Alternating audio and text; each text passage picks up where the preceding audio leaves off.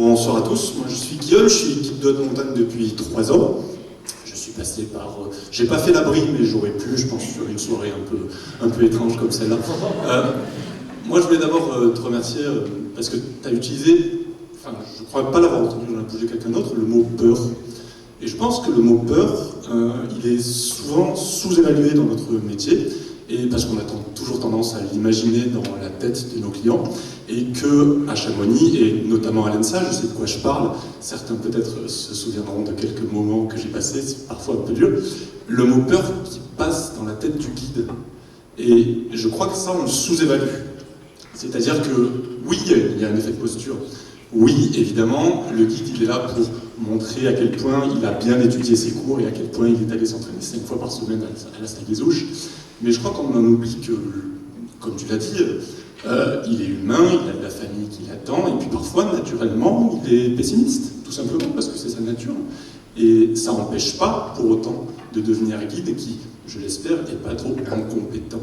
Et ce que je voulais dire par là, c'est que, oui, le client, il peut avoir peur, mais en utilisant trop ce concept de posture qu'on doit avoir, on en oublie parfois sa propre peur. Et je pense que c'est ça qui peut nous pousser aussi à faire des erreurs.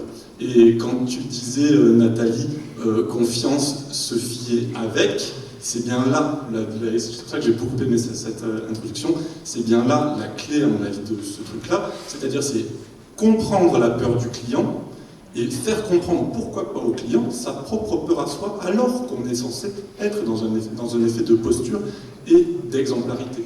Et je pense que des fois, c'est un peu sous-évalué, voire même, oserais-je dire, ici à l'ENSA et ici à Chamonix, carrément tabou. Alors, j'aimerais rebondir sur ce que tu dis, parce que la peur, on n'en parle pas, mais on l'a, hein. Ça donne un peu mal au ventre, ou alors on a des palpitations. Je trouve qu'il y a plusieurs façons d'y répondre. D'abord, je l'associerais au mot stress. Il y a du stress positif et il y a du stress négatif. Le stress positif, moi je me souviens devoir aller faire la Kufner avec un client, et j'en parlais autour de moi, évidemment, parce qu'il faut toujours que j'arrose un peu tout le monde pour dissoudre la bête. Et on m'a dit, mais si tu as peur, c'est normal. C'est que tu es en train de mobiliser tes forces productives, en gros. C'est-à-dire que la peur, elle réside dans une projection. Et qu'est-ce qu'on a, donc j'en reviens à ce que Julia disait tout à l'heure, qu'est-ce qu'on a à notre disposition pour la minimiser? Eh bien, c'est toute une petite construction, et c'est en ce sens que je trouve génial tout ce que tu as dit tout à l'heure, c'est que c'est un fait plus un autre, et c'est toute la préparation mentale qu'on fait en tant que guide. Donc toute la préparation de la course, moi je sais que plutôt que de faire une photocopie, je recopiais le topo jusqu'à le connaître par cœur. C'était ma façon à moi d'intégrer la course. C'était la préparation du sac plusieurs jours en avance, en train de me dire, bon, tu vas essayer d'arrêter de remplir ton sac, mais néanmoins, c'est toute une projection dans l'espace et dans le temps. Et puis aussi, c'est tous les échanges que tu peux avoir avec ton client avant, et parce que c'est un projet à deux. Et en fait, la course, elle commence pas le jour même. Elle est aussi beaucoup dans, autant pour le client ou la cliente que pour toi, c'est l'observation, c'est la météo, c'est maintenant les WhatsApp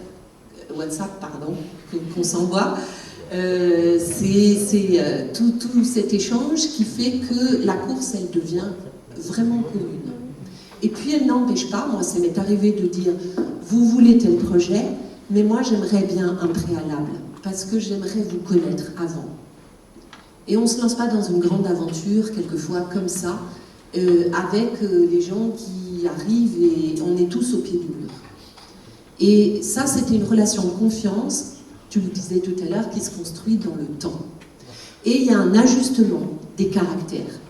Nous, je me rends compte que qu'on s'entende ou qu'on ne s'entende pas, nous, on est payés et on est fait pour s'adapter. Mais on crée aussi la clientèle qui nous correspond. Et du coup, il y a cette espèce d'adéquation entre les deux. C'est comme une relation amoureuse, on s'adapte. Et du coup, aussi, Je pense qu'il y a des choses qu'on a du mal à tolérer au départ. Moi, ça m'est arrivé d'envoyer des listes de matériel pour être sûr que personne n'oublie. Bon, j'ai vu des guides qui font tout sortir pour contrôler, ou il y en a d'autres qui soulèvent le poids du sac et qui font retirer la moitié des choses.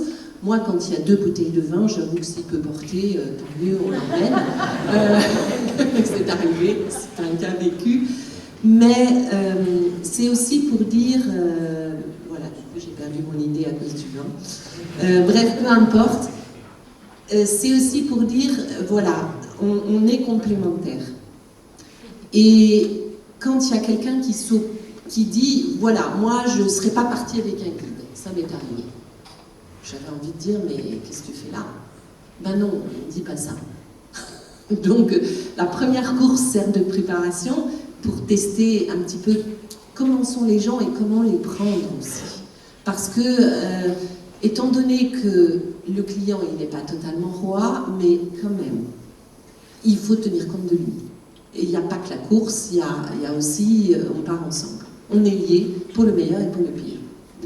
Et donc, la seconde course, quand on continue ensemble, hein, quand on a la chance de s'être accordés, eh bien, c'est de dire, c'est aussi les faire participer.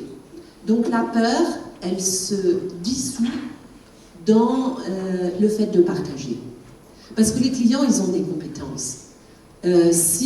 Moi, ça m'est arrivé de donner des cours ici en amphi pour la relation guide-client, et je disais aux aspis, vous êtes peut-être docteur S-Marche, mais vous aurez peut-être aussi en face de vous un docteur S-Sciences. Et dans ces cas-là, s'il vous donnait un exercice de maths en vous disant, vous êtes nul, vous ne savez rien faire, et puis de toute façon l'exercice c'est terminé, il faut revenir aux bases, et bien les clients n'en ont plus. Donc c'est le respect de chacun et effectivement ce que tu disais tout à l'heure, la bonne personne, le bon moment, au bon endroit. Donc la peur, elle sert de diagnostic, j'allais dire. Qu'est-ce que j'ai prévu pour anticiper? Il y a beaucoup dans notre métier, beaucoup d'anticipation. Alors j'avais un mari qui disait toujours prévoir le pire. Et moi je me disais c'est pas possible de raisonner comme ça. Parce qu'on ne peut pas être aussi pessimiste. Mais il ne le disait pas dans le sens le pire est à venir. Il le disait dans qu'est-ce que j'ai fait pour anticiper.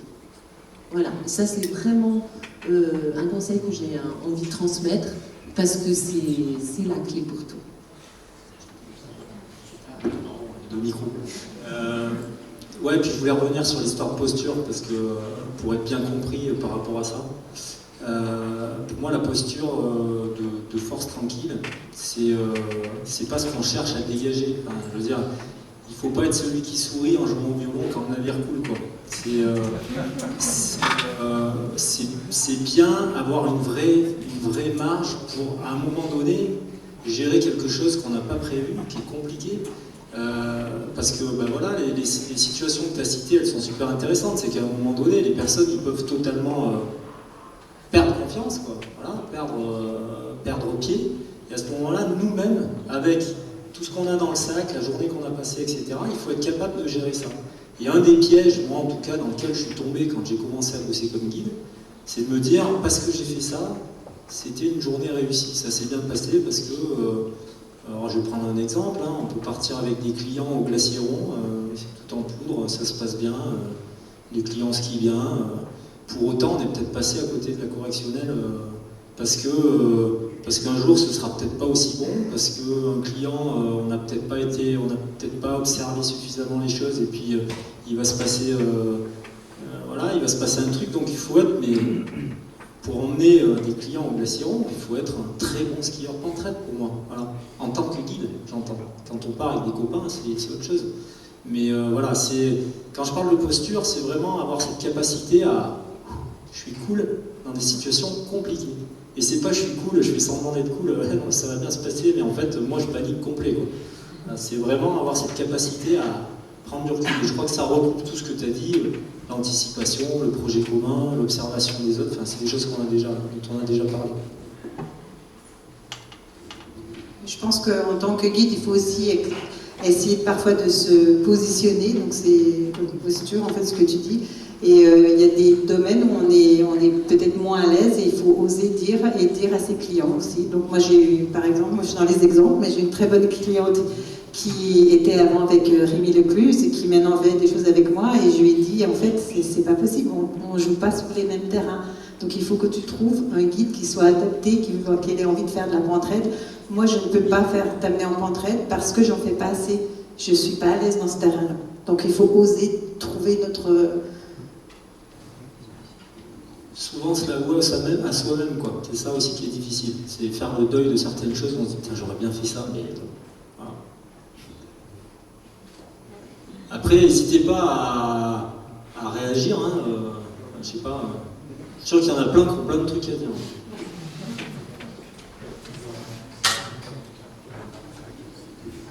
Et du coup, c'est vrai qu'on parlait de savoir renoncer, donc je vous ai déjà demandé tout à l'heure. Mais c'est pas facile quand le client veut absolument y aller, vous devez garder cette décision vous savez que ça va pas être bon, de faire demi-tour, et comment on arrive à convaincre justement son client de faire demi-tour alors qu'on est quand même payé pour faire cette course, il y a quand même pas mal de choses qui rentrent en compte.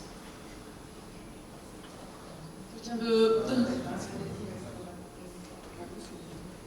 Non. Après, je passe le micro à quelqu'un d'autre quand même, mais je pense que c'est vraiment d'être sur justement c'est ce que j'ai dit tout à l'heure, sur un peu des éléments factuels, et dire voilà, il faut pas que la prise de décision soit totalement mystérieuse. Comme ce micro. Que la décision soit totalement soit impalpable pour le client. Moi, je pense qu'aujourd'hui, on a des outils, on a des stratégies. Je pense qu'on évolue aujourd'hui comme en tant que guide avec du partage d'informations, des choses factuelles qui sont à notre portée. Et je crois qu'il faut qu'on ait une façon de prendre les décisions qui soient transmissibles. Voilà. Et c'est un point, c'est pas le seul, mais pour moi, c'est un point important. Jérôme, on en a parlé tout à l'heure, en fait, Vincent, on s'est retrouvés entre nous de ce sujet-là, et donc tu as exprimé ce point de vue, Jérôme. Il me semble qu'Isabelle t'a réagi en disant c'est pas que factuel, parce que d'un guide à l'autre, avec les mêmes faits, on va pas prendre la même décision. Et en fait, moi je rajouterais peut-être que, je trouve ça vraiment super le fait de l'expliquer. Moi je travaille aussi beaucoup comme ça, en communiquant beaucoup avec les clients, la façon dont moi je vois les choses. Par contre, j'utilise pas que les faits, mais je parle de ce que je ressens par rapport à ça. Et pour moi, ce que je ressens, c'est quelque chose qui est au cœur de la décision, mais par contre, je leur en fais part. C'est-à-dire que une émotion que j'ai, elle va avoir de la place, mais du moment où je peux leur expliquer, leur dire, jusque-là, je me sentais bien parce que ceci, cela, là, je me sens pas bien. Alors, le guide d'à côté a l'air de se sentir très bien dans cette pente, moi pas, donc je suis désolée, mais ça va pas être possible, quoi. Et j'ai l'impression que cette émotion, si elle est exprimée, elle est tout aussi acceptable qu'un fait réel qui est finalement pas très... Alors je vais rebondir, parce que, en fait, moi c'est exactement ça que je veux dire, ce que tu es en train de dire. Par contre, quand je dis je le sens pas, j'essaye de mettre des mots derrière, parce qu'il y a souvent une raison pour laquelle je le sens pas.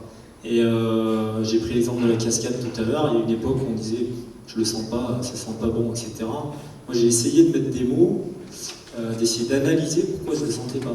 Voilà. Et en fait j'ai réussi à trouver des raisons, alors c'est pas exhaustif, parfois il en manque, parfois je suis pas précis, mais la structure, tu vois, regarde, elle est fendue là.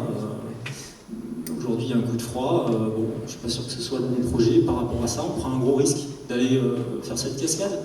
Voilà, pour moi c'est ça l'effet, mais ça pue, j'essaye de le traduire en argument. Voilà. Pour compléter encore, ou pour en rajouter, il y a aussi tout le feeling que vous pouvez avoir, mais le feeling il passe évidemment par toutes les informations que vous avez collectées, et ces informations elles font partie de toute l'expérience. Moi je me souviens en ski de rando d'avoir demandé à mes clients de s'arrêter, et je m'avance au bord de la pente, une pente un tout petit peu plus raide, enfin évidemment supérieure à 30 degrés, et je leur dis, vous bougez pas, ici il y a un risque de... Et ça s'est arrêté. Et au A de plaque, toute la pente est partie. Et ils m'ont regardé, ils m'ont dit, mais comment t'as fait? Comme si on avait un coup de baguette magique pour avoir fait descendre la pente et leur faire peur. Et je dis, non, voilà, ben c'est ce que tu dis, c'est-à-dire qu'on analyse, on donne les éléments de l'analyse et on dit pourquoi on s'est arrêté. Et après, ils vous regardent et disent, on peut refaire encore un exercice de DVA.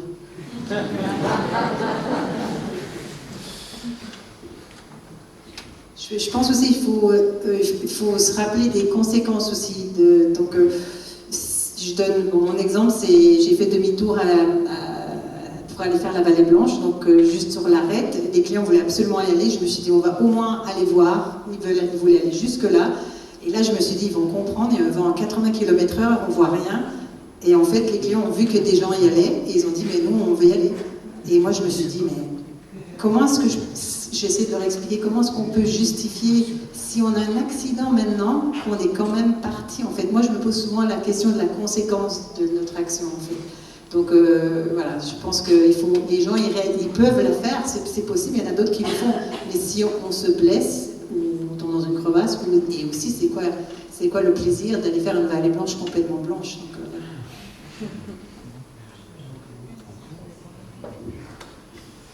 La montagne, elle ne change pas de place. Bon, elle évolue, c'est évident. Mais moi, je dis, si vous êtes capable, enfin, si vous êtes rentré pour pouvoir en parler, c'est quand même le plus important.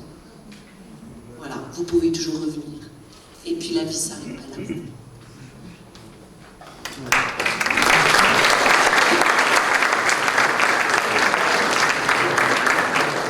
Et juste, on n'a pas trop parlé aussi de la relation plus mentor-mentoré.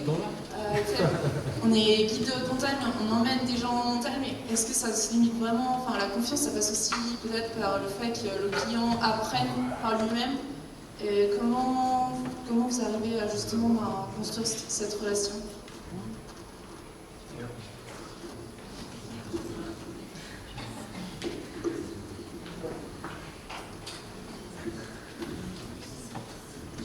Bonsoir, moi c'est Alain.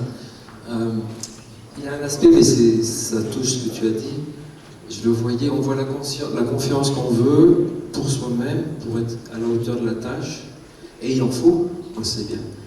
Et il y a un aspect de la confiance qui est important, dans l'autre sens, c'est la confiance qu'on va donner à son client. Moi, quand j'ai du monde sur ma corde, et quand j'ai des stagiaires ou quoi, je leur dis attention, dès que vous êtes encordé, méfiez-vous, ils vont faire qu'une seule chose, c'est de vous mettre au tas. Donc, je me mettrai presque, l'histoire de la fleur bleue d'Edelweiss, la solidarité de la cordée, c'est presque des conneries. On est là pour, si je tiens quelqu'un sur ma corde, c'est pas pour qu'il ne tombe pas, c'est pour qu'il ne fasse pas tomber. Enfin, après, c'est ambigu sur les motivations, mais au résultat, on essaye de ne pas tomber. Tout ça pour dire que, à la fois, on peut être partagé, c'est difficile de donner sa confiance pour le guide dans le client, mais il y a bien un moment, on le voit marcher tout seul, et après, je définis cette notion de corde invisible. Et la corde invisible, à ski, il n'y a pas de corde toujours. En montagne, il y a une corde, mais bon, puisqu'elle peut. Et en fait, on va décupler les capacités de la personne si elle sent qu'on lui donne de la confiance. Bien sûr, ce sera dans ses moyens du jour, hein, ou sa technique globale. Mais je pense, quand j'ai une anecdote, c'est une personne qui avait fait un stage d'une semaine à l'UCPA, et puis que j'emmène au Cervin. C'est quelqu'un que je connaissais. Et puis, le Cervin, Puis à un moment donné, je me pose tout, je lui dis, bah, écoute, je t'en prie, passe devant. Elle me regarde, elle me fait, mais t'as rapport, c'est le Cervin. Je lui dis, alors? Et alors, elle est partie devant, et je lui ai fait confiance. Elle a roulé un moment, elle a pris ses anneaux, c'est parti. Puis ben, moi, je lui ai fait bien confiance, j'étais derrière la corde, comme si elle s'en mettait une, c'était tout pareil, hein, pour ma pomme avec. Et ben, elle était assez loin, au bout d'un moment, elle s'arrête, elle me fait venir, elle me dit, bon, j'arrête là. Je commence. Écoute, elle me dit, je te remercie trop, c'était vraiment, je pensais pas que c'était possible. Mais c'est bon, là, ça m'a fatigué. C'est bon, tu reprends. Ok, c'était fair comme game, c'était correct. Mais, et le souvenir qu'elle a eu de cette expérience, puis moi, par la suite, ce qu'on a fait par la suite, c'était un déclic que la confiance que je lui ai donnée dans ces situations, peut-être qu'on ne l'aurait pas tous fait, je sais pas, c'est pas de la bravoure de ma part, c'est juste ce qui s'est passé ce jour-là. Ben, j'ai trouvé ça vachement valorisant pour la personne, et à la limite pour moi aussi. Donc c'est la confiance qu'on va donner à quelqu'un, et ce que je disais, c'est ambigu, à la fois des fois on ne veut pas la donner, puis des fois, il faut savoir la lâcher. Hein. Je reviens sur la notion, bon, moi après perso, c'est l'histoire perso, sur ton parcours, on parlait des parcours personnels, et au moment dans la vie on a des déclics, on pense que tout ça, pour moi, être guide, c'était pas possible. J'étais un petit mec à Paris, laisse tomber, quoi. Même pas j'osais le parler, sinon tout le monde se serait marré. Et ben, un jour pareil, je recommence, merci UCPA, stagiaire, 17 ans, il me dit, mon papa, on faisait de la montagne, il me dit, mais tiens, arrêtez de faire des conneries, j'ai payé un stage, merci papa. Et on va au Bèze, et au Bèze, il y avait quelqu'un que vous avez peut-être connu, certains, il faut les anciens, Jean Gaboyer, qui était guide là-bas. Et on était donc 10 stagiaires, excusez-moi pour les petites histoires, et puis un guide, un adjoint. Et puis ils partent faire une course, un truc stagiaire, quoi. Et puis moi, il me regarde, et puis il désigne un autre gars, un client, stagiaire, tous les deux, moi j'étais client, stagiaire, et il nous dit, ben vous allez là-bas sur le coup. C'est-à-dire qu'en fait, imaginez maintenant, on le ferait plus, je crois, que le guide, il a pris l'adjoint et tout le groupe de 8 personnes, il les a emmenés sur une montagne, et puis moi, il m'a envoyé avec un autre stagiaire client la montagne d'en face. Ben, on a débriefé, on est rentré, on s'est pas mis une tôle sur le verglas qu'on n'avait pas vu le matin, finalement on est redescendu, ça s'est bien passé. Ni on s'est perdu, ni on a eu peur, mais au niveau de la confiance reçue et ce que ça fait dans ton parcours, j'ai trouvé ça, j'ai dit merci Gaps. Voilà. Alors je crois que le contexte légal fait qu'on ne le ferait plus vraiment. J'imagine, voilà. Je reviens aussi sur la notion de communication et de déminage, mais c'est positif quand je dis ça. On parlait de communication, cette confiance, elle s'établit dès le premier coup de téléphone, disait Nathalie, mais moi je le dis comme ça aussi. Ouais, le premier contact, aller avec eux à la boutique chercher du matos, j'en sais rien, parler, enfin, on a déjà déminé ou compris beaucoup de choses qui vont. Mais quand je dis déminer, c'est positif, c'est qu'on crée les conditions favorables de la suite. Et ça, c'est beaucoup. Ça fera pas tout. Et ensuite, dans le suivi des choses, je reviens sur ce que Jérôme disait, la notion, moi je l'appelle, pas tout à fait avec les mêmes termes, je l'appelle le livre ouvert. Ma journée est à lire. Et il y a de l'imprévu dans la journée, il n'y a que de l'imprévu. En fait, le métier de guide, c'est gérer l'imprévu. Il ne faut pas que l'imprévu soit une source d'inconfort. Il y en aura de l'imprévu, du matin au soir, il va y en avoir. Ils vont te faire des trucs qu'ils appellent les magiciens. Ils vont faire des trucs même pas croire que c'était possible. Et bien, il faut gérer quand même.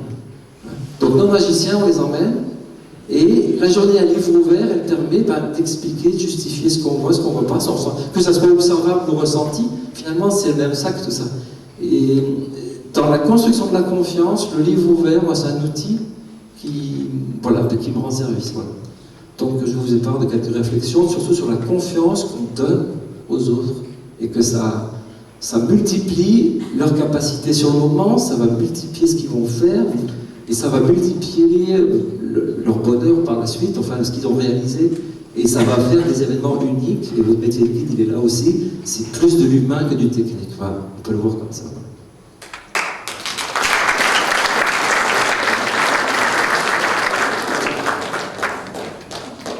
Merci pour ce partage. Vous voulez rebondir sur ce qui est dit? Non, quelqu'un rebondit? Non. Est-ce qu'il y a d'autres questions dans la salle?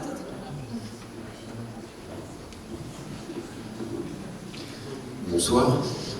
Il y a une petite chose quand même que j'aimerais dire, parce que c'est vrai qu'on n'en a pas parlé beaucoup ce soir, c'est l'excès de confiance. Et c'est quelque chose qui est très pernicieux, l'excès de confiance, parce qu'en fait, tout dépend aussi chez le guide de haute montagne dans quelle disposition morale il est, au moment où il va faire sa course, dans quelle disposition physique. On sait pertinemment que physiquement, on n'est absolument pas égal ou égaux, je dirais, d'une année sur l'autre, parce qu'on a eu un hiver difficile, parce que ce printemps-là, on n'a pas pu s'entraîner en rocher comme on le désirait, et que finalement, on sait qu'on va attaquer notre saison avec un niveau technique qui n'est peut-être pas celui qu'on aurait aimé avoir, mais les choses de la vie font que c'est comme ça, et il faut le gérer. Et puis, quelquefois, par contre, alors, on a fait la montagne en amateur l'hiver, on a fait une super saison, on est super content, on a une pêche d'enfer pour attaquer la saison d'été, et on est tellement bien que lorsqu'on prend des clients, on est tellement confiant en soi que finalement on a du mal à se mettre au niveau de la demande du client Et on est très très vite amené, alors c'est très insidieux, hein, on s'en rend pas, il ne s'agit pas d'emmener quelqu'un qui a fait une école d'escalade au Gaillan à la Walker, hein, le grand écart il n'est pas là. Hein. Mais quelquefois justement on est tellement enthousiaste de sa propre forme qu'on est prêt à prendre des risques qui ne correspondent pas forcément au niveau de la personne qu'on emmène. Et puis on se sent tellement fort qu'on se sent fort pour deux. Et c'est là où je parle quelquefois d'excès de confiance, parce que justement on est très très bien physiquement et on est en super forme, et relativiser en disant que c'est nous, c'est pas le client, c'est nous qui sommes en super forme, comme quelquefois on est en méforme totale. Et que c'est très difficile finalement, alors je dirais que c'est peut-être plus... c'est peut-être des choses qu'on vit plus souvent justement quand on est jeune aspi, c'est pour ça que je me permets de le dire d'ailleurs, parce que je pense que ce sont des pièges dans lesquels on peut tomber relativement facilement, parce qu'on est aspi ou jeune guide, et ben on est super enthousiaste évidemment, on finit un diplôme, on n'a qu'une envie, c'est d'emmener des clients en montagne, donc ça peut être un piège de jeunesse, et je vous dis, c'est pour ça que je me permets d'en parler, mais quelquefois c'est vraiment très très pernicieux, quoi. Sous prétexte qu'on est en très bonne forme, eh bien on pourrait être capable d'être très bon pour deux. Alors qu'en fait ça n'a pas vraiment de lien, quoi. Si vraiment on se fout dans un bazar pas possible parce qu'on n'a pas anticipé, parce qu'on n'a pas écouté peut-être le véritable désir du client, eh bien on peut se retrouver dans des situations, même si cette année-là on est nous-mêmes super forts. Donc c'est un peu une mise en garde.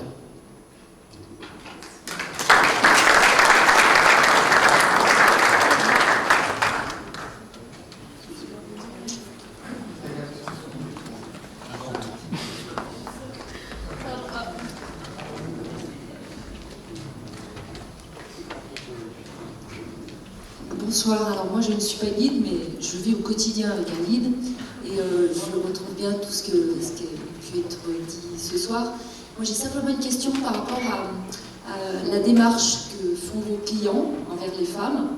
Est-ce que c'est une démarche particulière de solliciter les services d'une femme guide ou pas, sans faire de la psychologie à 2 €?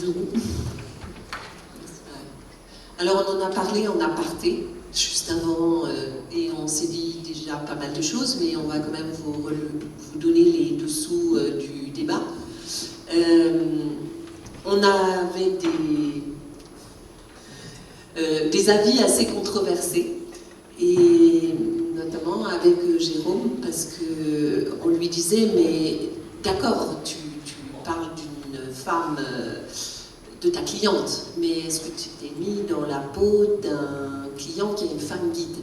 Alors on entend souvent, la première question c'est, bon déjà quand on va au bureau des guides, enfin moi ça m'est arrivé dans les premiers temps, et que c'est un système de billettes et que tout d'un coup le client arrive et qu'il découvre qu'il est avec une femme. Et en plus si vous êtes venu en robe, pour marquer la différence, eh bien, ça fait quand même un choc. Et ensuite il y a quand même ces réflexions où si je tombe, est-ce que vous êtes capable de me retenir? Et moi je répondais généralement, je ne vous laisse pas partir. Il y a ça, il y a aussi le fait que ça m'est arrivé, avoir un client fatigué et on lui dit, est-ce que vous pouvez me passer une partie du poids du sac? Il répond, mais comment, je suis un homme. Et moi j'ai répondu, excusez-moi, c'est mon métier. Voilà. Donc c'est sûr, il y a ce genre de réflexion, de surprise, je dirais. Donc il vaut mieux rencontrer son client le plus rapidement possible. Hein. La virtualité, ça n'existe pas trop dans ce métier. Sinon, il y a aussi beaucoup de compliments, et il y a aussi un choix d'une femme guide pour diverses raisons. Et aussi ce qu'on disait avec Jérôme, c'est que on s'en moque, on va rencontrer un être humain. Voilà. Du coup, c'est vrai que moi j'avais eu l'expérience d'un monsieur qui m'avait contacté pour faire une course en montagne. Et lui, il avait une pratique de grimpeur amateur, il avait déjà fait des courses de rochers dans le massif. Et il avait eu des mauvaises expériences avec des hommes guides. Et du coup, il avait quand même encore des objectifs d'alpinisme. Il avait un certain âge, il n'avait plus vraiment de compagnon cordé, mais il restait encore vraiment en bonne forme. Et du coup, clairement, il m'a dit, voilà, je me dis peut-être avec une femme, ça va être différent, parce que... Donc voilà, j'ai eu une deuxième chance. Ça s'est bien passé. Et puis après, c'est vrai qu'il y a des femmes qui viennent vers moi parce qu'elles veulent une femme guide. Alors, elles ont leurs raisons. Des fois, c'est parce que ça leur fait un petit peu moins peur. Elles ont l'impression que ça va un petit peu moins, on va aller moins vite, qu'on va plus être à leur écoute. Voilà, ce genre de choses. Pourquoi pas. Et puis après, c'est vrai qu'il y en a il y a peut-être une complicité qui s'installe un petit peu plus facilement. Le fait d'être avec une femme guide. Voilà, j'avoue que je n'aurais jamais vraiment posé la question, mais c'est un peu des choses qui étaient ressorties de pourquoi il y avait des clientes qui s'adressaient plutôt à une femme guide. J'ai pas eu de mauvaises expériences personnellement. Voilà.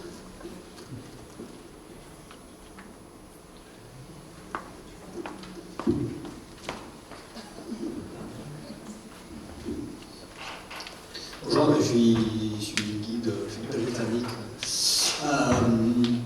Jeune guide. Je voulais juste parler du surconfiance, encore une fois. Moi, j'en ai pas. Mais donc, ça, c'est pas le problème. Mais j'ai quand même eu une cliente, il y a quelques années, qui, j'ai pas ressenti dans les premières quelques sorties qu'on a fait, mais que c'était une femme qui a fait le plus vite dans le 7 sommeil. Elle avait fait avec des guides le Carsin ou Denali, elle avait fait un peu tout. Donc elle a fait je sais pas, combien des centaines de courses avec des guides. Et bon, on a fait des courses avant. Elle voulait m'engager tout de suite pour aller faire de façon des droites. Et bon, évidemment, j'étais pas très convaincu que c'était le bon démarche. Mais finalement, on s'est mis dans les nominales. Et là, on se rendait compte qu'elle avait vraiment une surconfiance en elle. Et on n'en parle pas trop de surconfiance dans le clientèle, mais c'était quand même. Je suis toujours jeune, et j'étais pas vraiment préparé pour ces genres de problèmes. Et bon, ça a bien fini. Finalement, mais on a quand même eu un gros accident. Elle a fait tomber une énorme bloc sur notre guide qui est tombé dans les pommes et blablabla. Et quand on a traversé le grand couloir, elle plantait des purées deux à la fois. Comment quelqu'un arrive à faire des centaines de jours avec une guide mais bon, tout ça pour dire, est-ce que la plupart de cette soirée, on a parlé de sous-confiance, mais parce que de surconfiance, on n'en voit pas trop dans les clients, mais c'est quand même c'est un problème encore plus compliqué que le sous-confiance.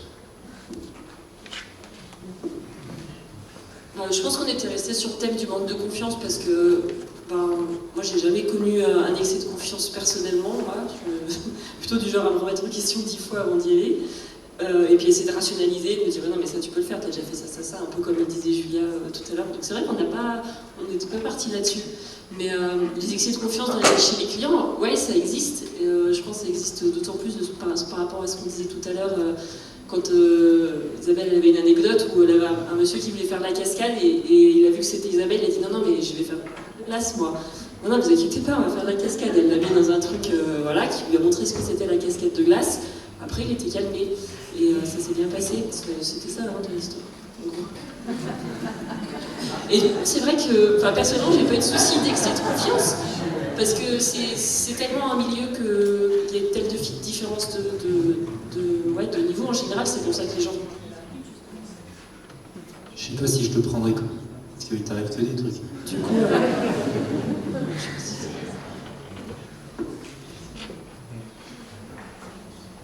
n'y a rien à rajouter. Mais voilà, donc non, c'est vrai qu'on n'était pas parti sur ce sujet-là, mais je pense que c'est quelque chose d'important à... Surtout, en fait, ça veut dire juste tester son client et il nous annonce qu'il fait du 6 du facile, oui, ok, on va déjà faire une longueur et puis après on verra. Mais ça, c'est important de le faire. Il ne faut pas prendre pour un jeu content ce qu'ils nous annoncent et ce qu'ils ont fait. Mais je ne sais pas si c'est la même chose pour vous, mais moi j'ai plus l'impression que les femmes vont se sous-estimer que les hommes, quand on leur demande leur niveau, ce qu'ils ont grimpé, les hommes vont souvent donner leur niveau maximal et les femmes souvent le niveau en dessous. Je ne sais pas si c'est pour vous. C'était une femme aussi. Mais si, je ne sais pas. Est-ce qu'il y a une dernière question dans la salle? Une dernière remarque? Non? Eh ben, je vous remercie en tout cas à tous les 5 et